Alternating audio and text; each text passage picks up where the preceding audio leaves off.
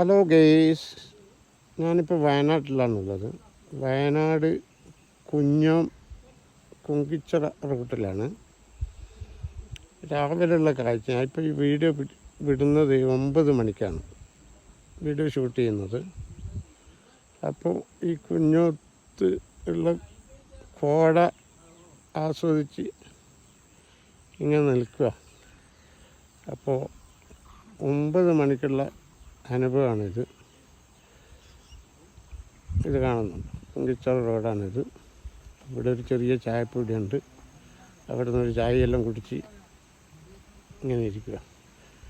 നല്ല കോടയാണ്.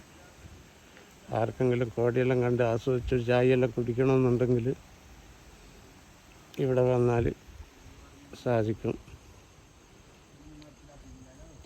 നല്ല കാഴ്ചയുള്ള സ്ഥലമാണ്.